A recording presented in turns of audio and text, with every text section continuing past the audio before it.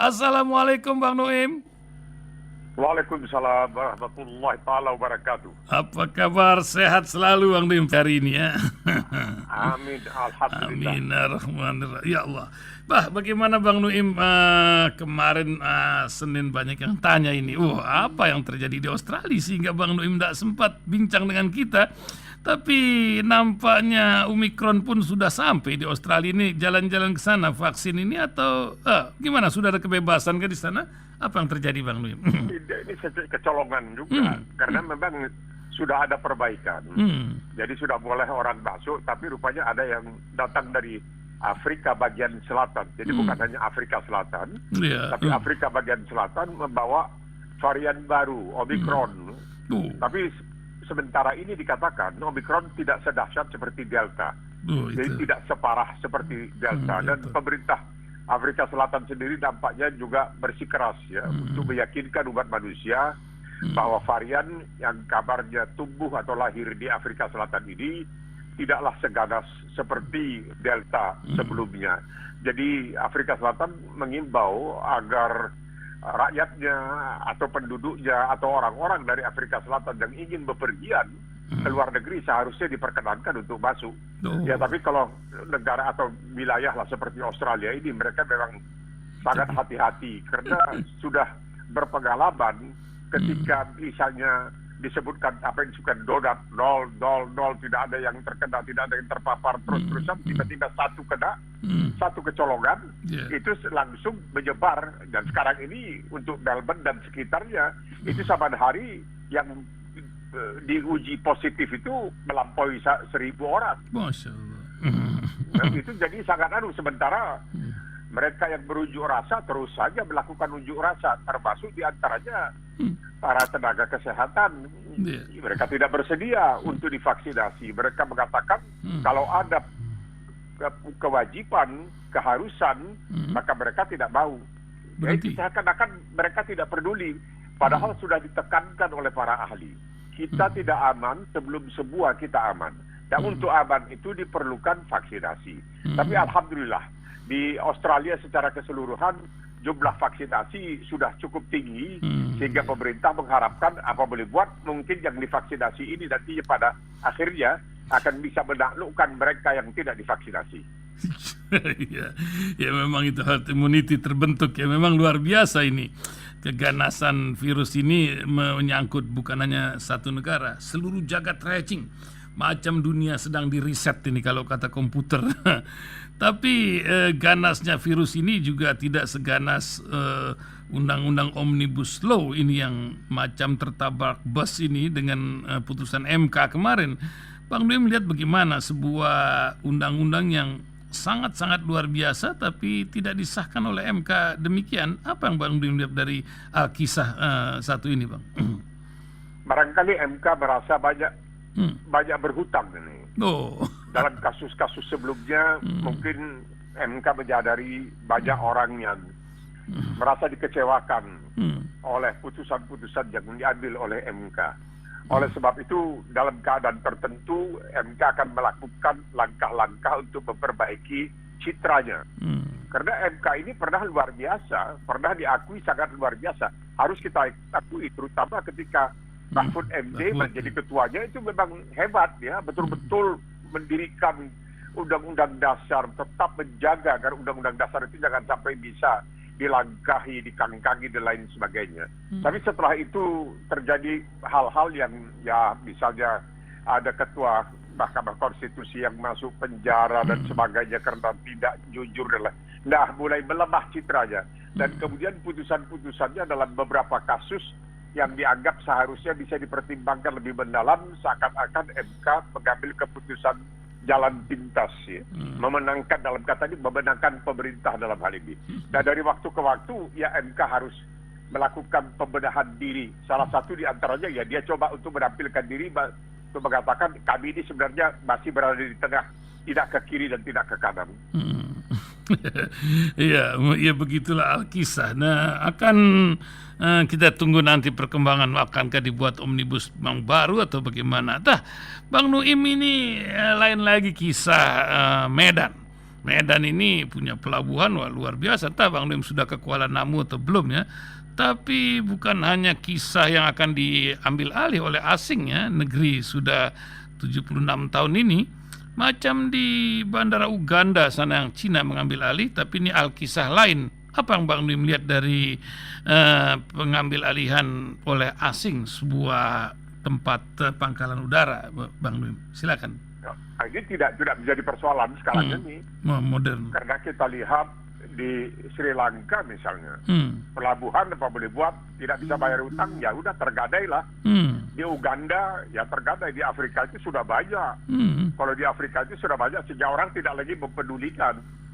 Nah, Kuala Namu yang dibangun, terus terang ini besar jasa Yusuf Kala dalam pembangunan Kuala Namu ini. Jadi SBY, Yusuf Kala dan lain sebagainya.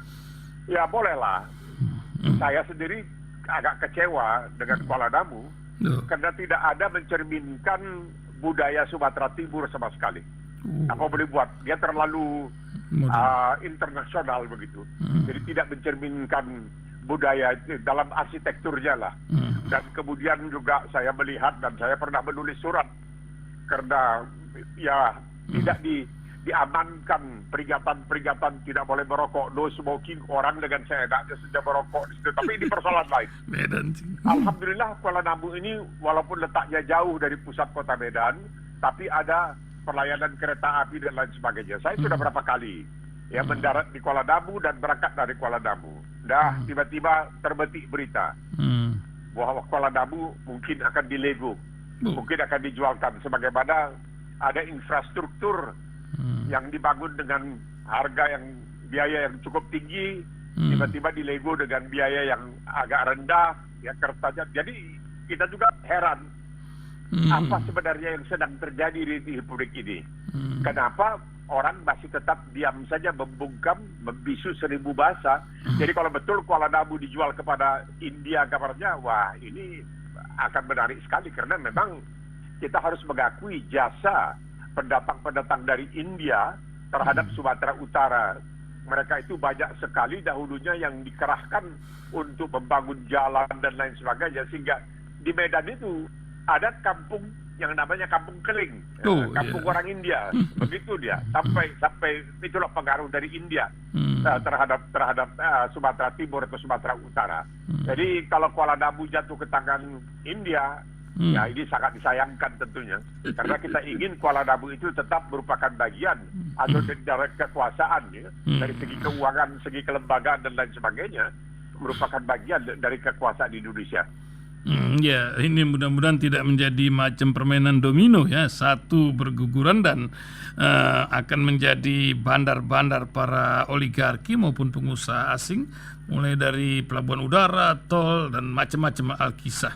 Tapi yang saya mau tanyakan, perubahan dunia ini memang terus berubah dengan cepat. Bang Nuim tahu kan ini Facebook merubah menjadi metaverse. Ini akankah akan merubah pola hidup orang yang selama ini curhat terhadap dinding yang satu itu, macam orang di Yahudi sana.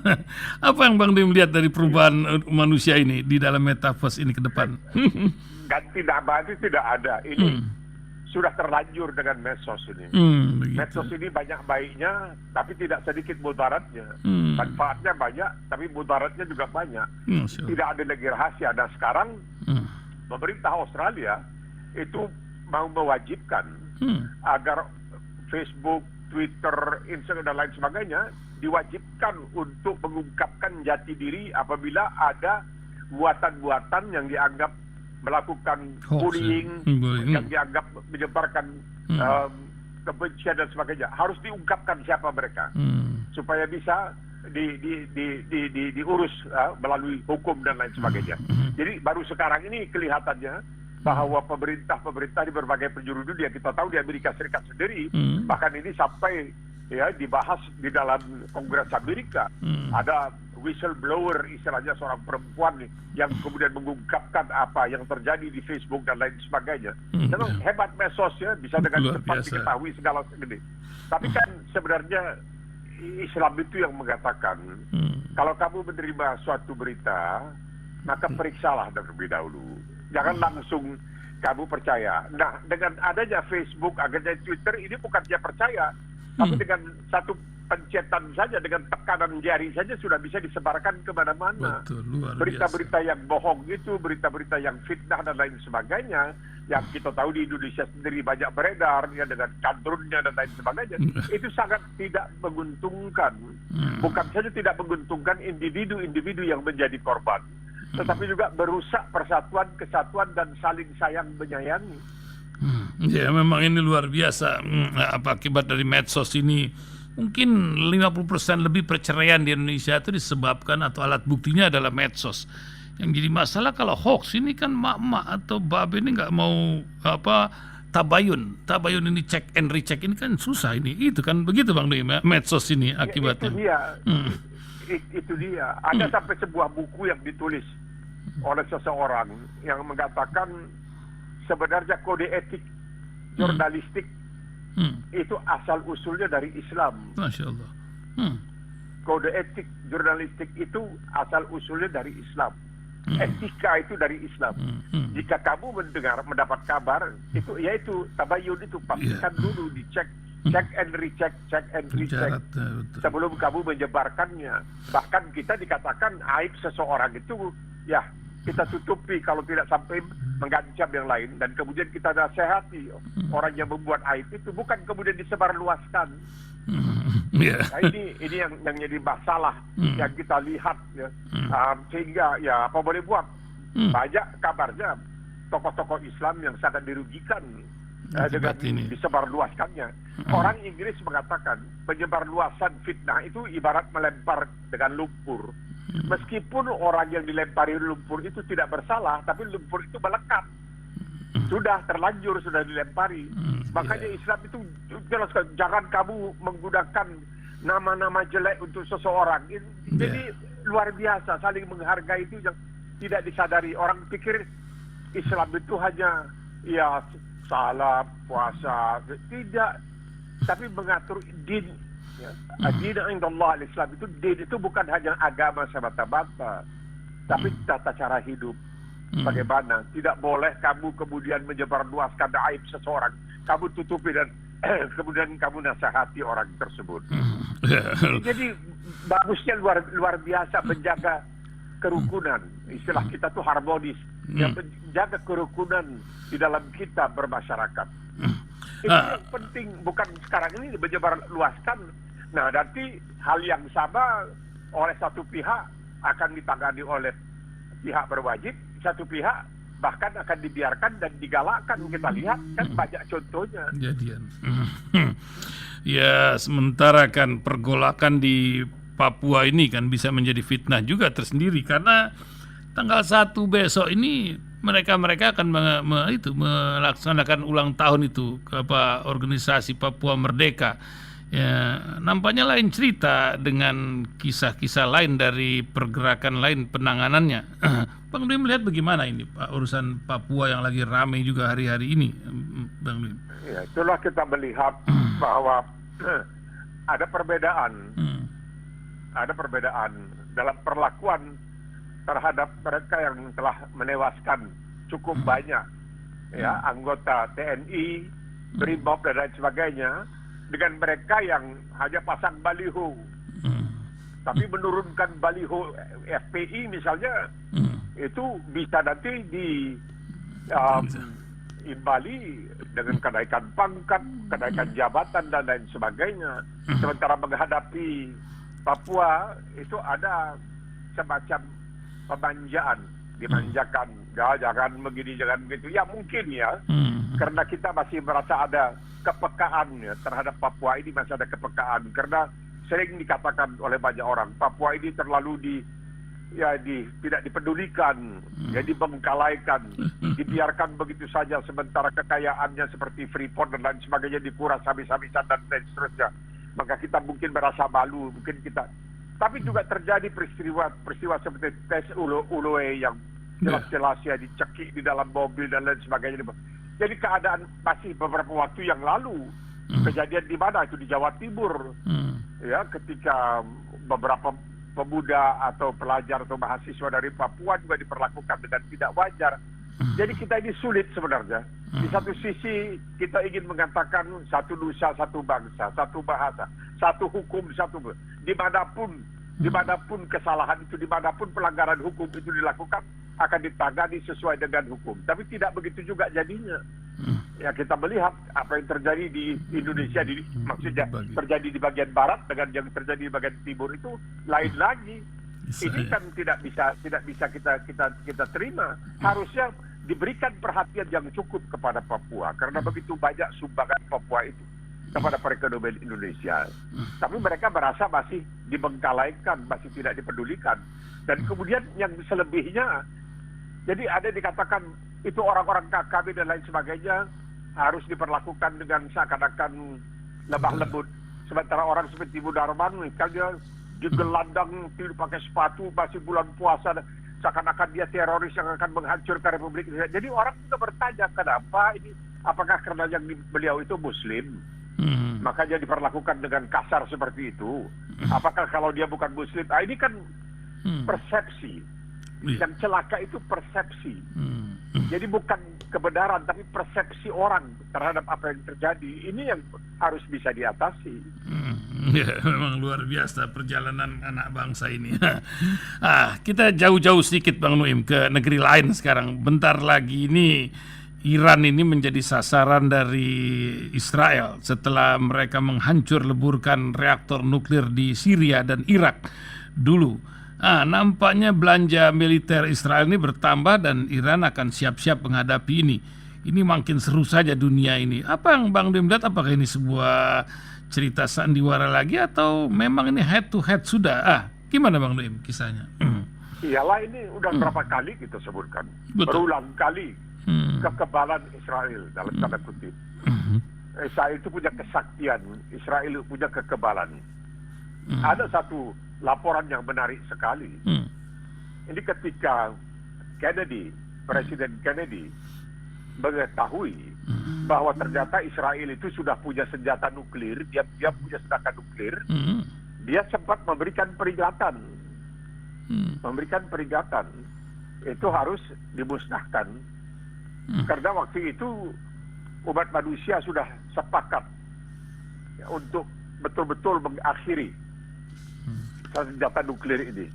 Karena ancaman bahaya dari nuklir ini bukan saja dipakai ketika berperang seperti di Hiroshima dan Nagasaki, tetapi juga kalau terjadi kecelakaan kita lihat di Chernobyl saja.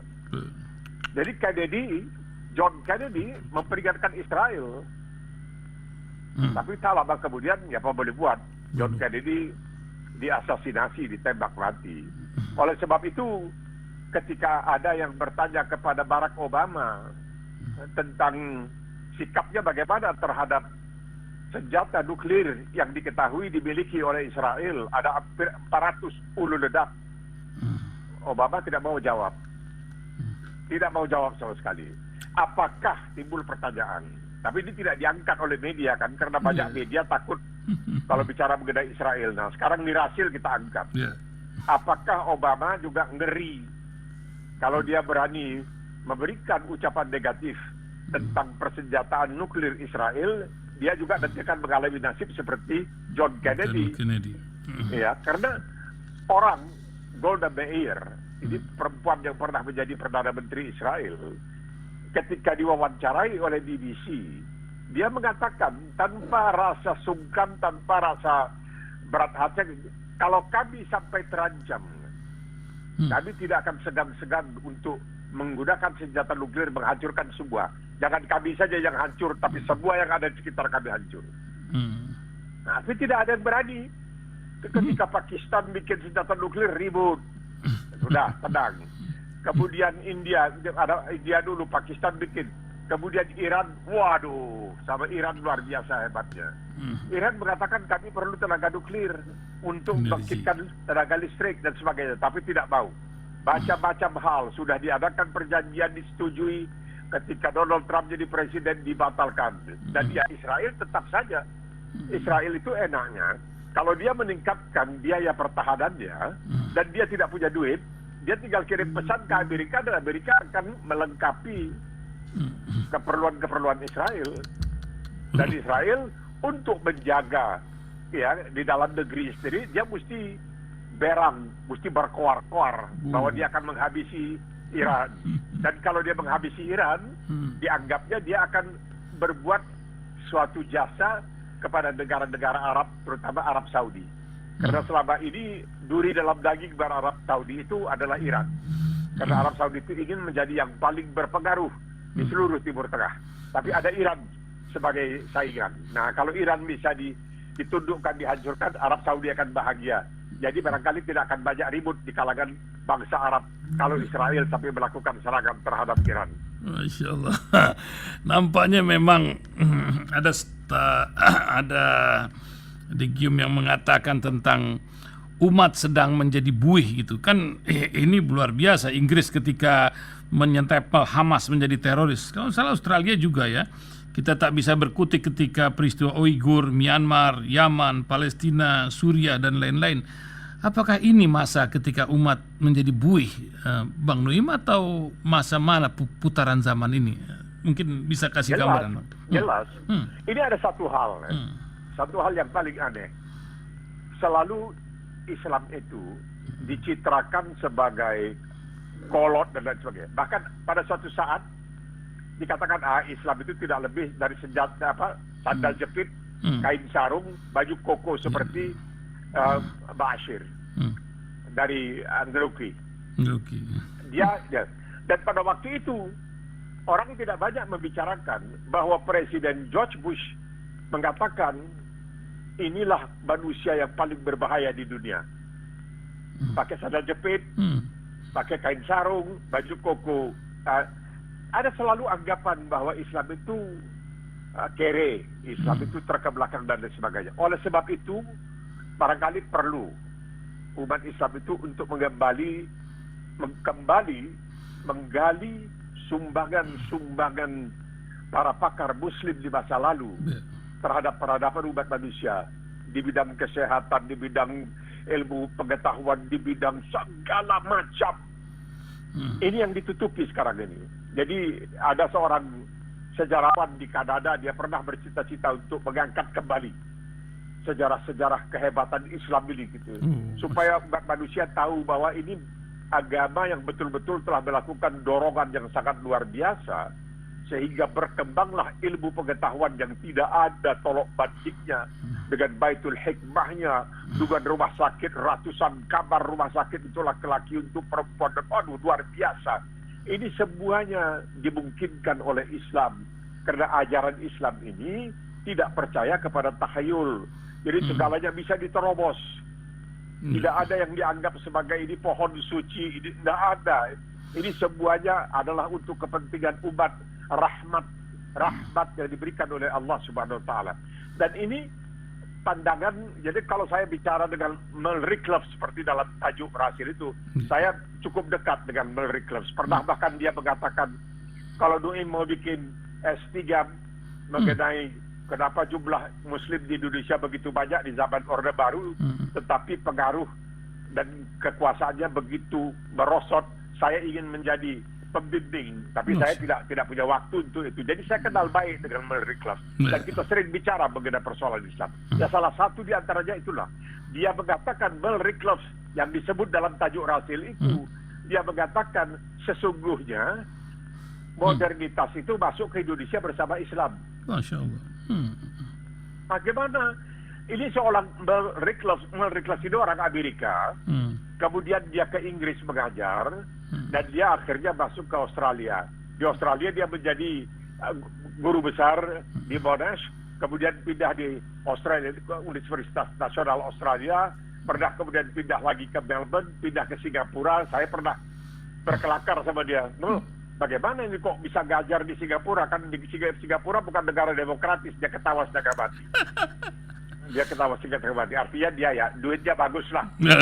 Jadi ini hal-hal. Nah, dia itu mengatakan masuknya Islam ke Indonesia itu bersamaan memodernkan Indonesia. Ini yang ditutupi. Ini yang kadrun seakan-akan terus mendetik bahwa umat Islam itu seperti ulama atau tenaga pengajar dari Geruki.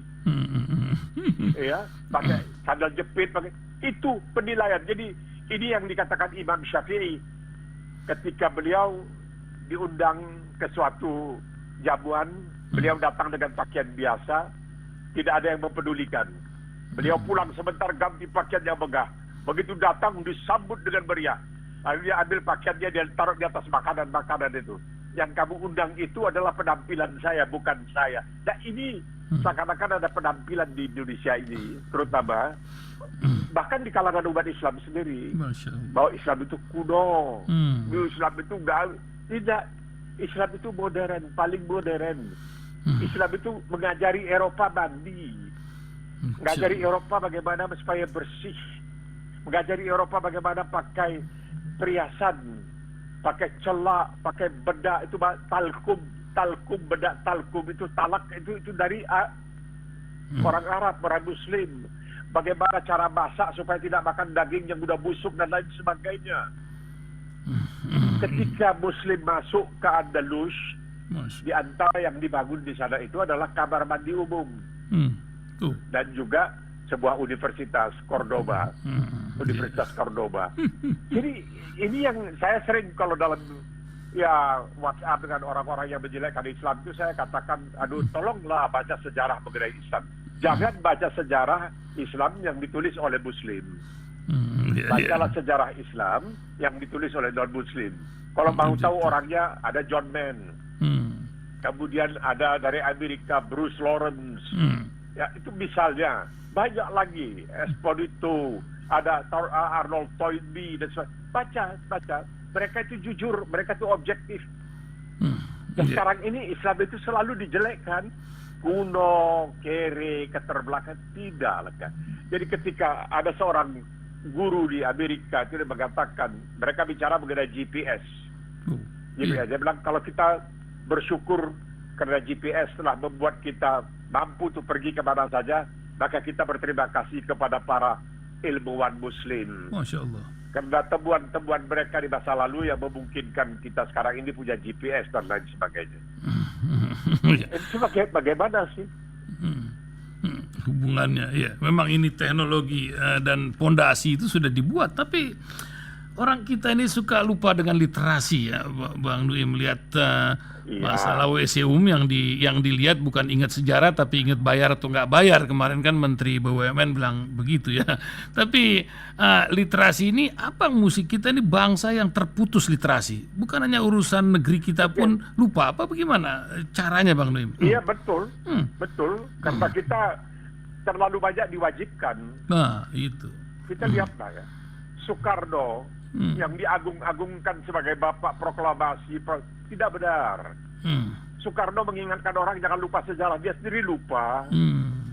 Dia tidak ingat tahun 1948 ketika itu komunis berontak.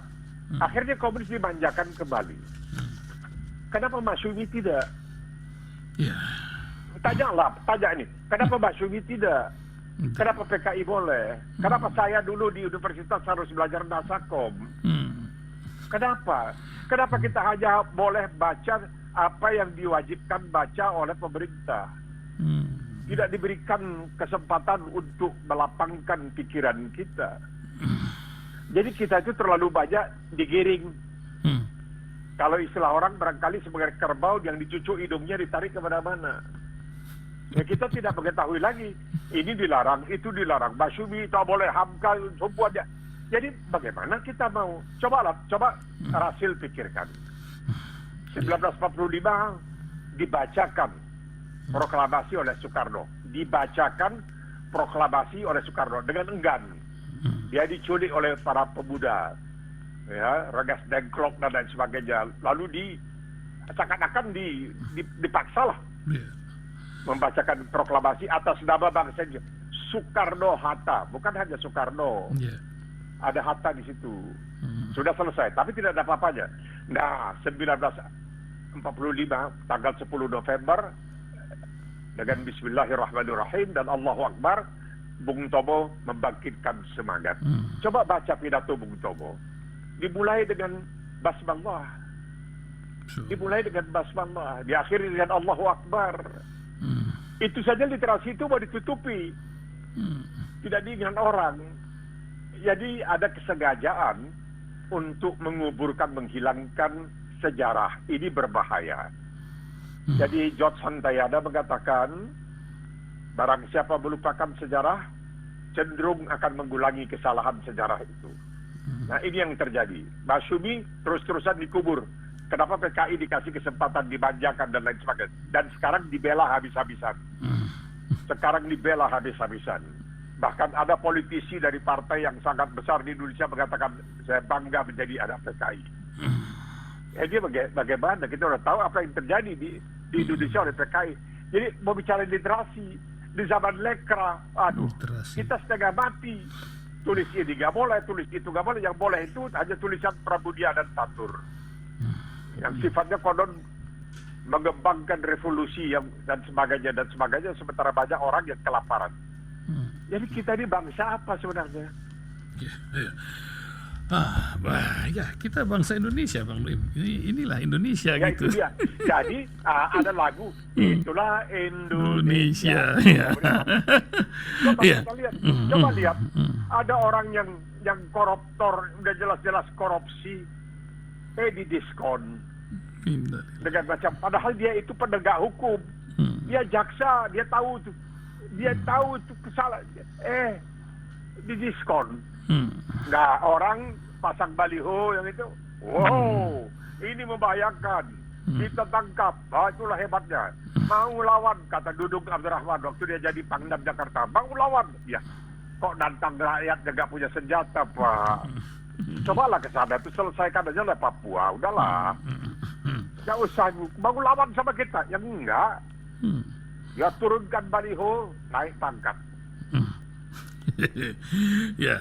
Ya Bang Nuim, terakhir ini saya ingin melihat bagaimana persepsi Bang Nuim, karena dari zaman Belanda juga ada istilah itu, divide et impera, pecah belah.